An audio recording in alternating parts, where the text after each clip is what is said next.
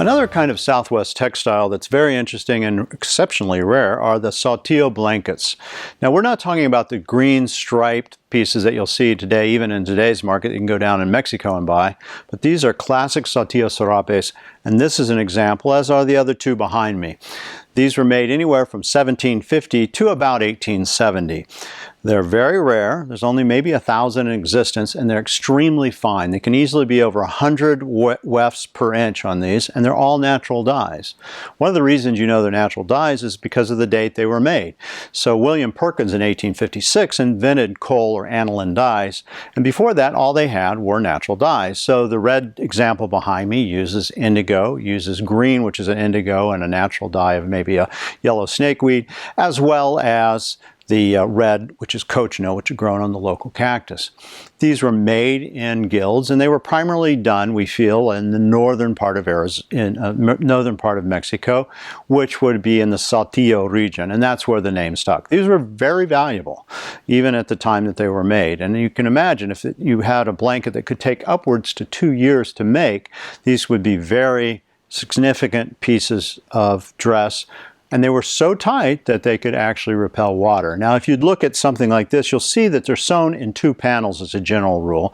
The center panel here has been sewn up, as the other ones have been too, but they were made as ponchos, and you would wear them over your head. And these were done to be worn when they were on the horse, and then often they would be stored on the back of the horse. But as you can see, most of these have been taken care of very nicely. So the earliest pieces were actually round center. This is probably a little later, 1850. But the ones that were very simple, had a simple round design, simple background, and also some of the purple design element Saltillos could be as early as 1750.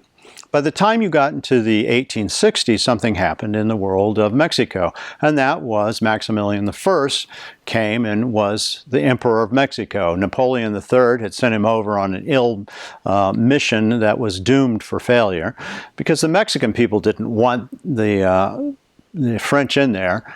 But Maximillian I was very interested in the people. He did like the people. But with the ending of the Civil War in 1864, which is really when Maximilian first got there, the United States said, listen, you need to pull out of there and let Mexico be themselves and rule themselves. They did this. And so when they did this, Napoleon pulled his people back. Juanita Banez captured Maximilian and actually executed him in 1867. So during this period of 1864 to 1867, these textiles took on a new look. They are now what we call the Maximillian period. It's a small period, but they had floral designs. They used different types of yarn like silk and tin. Very beautiful and highly collectible as well. After his death in 1867, the Saltillo Serape took on a different kind of appearance. It became what's known as an aggregated center, which is a 4-diamond center. The earliest ones in the 1870s could bring anywhere up to 4,500 to 6,500. As they progressed and became more of the aniline colors with, again, the invention of coal tar dyes, that these would be valued maybe 1,000. Now, a great Saltillo Serape, one that's in mint condition with lots of design, could bring $75,000.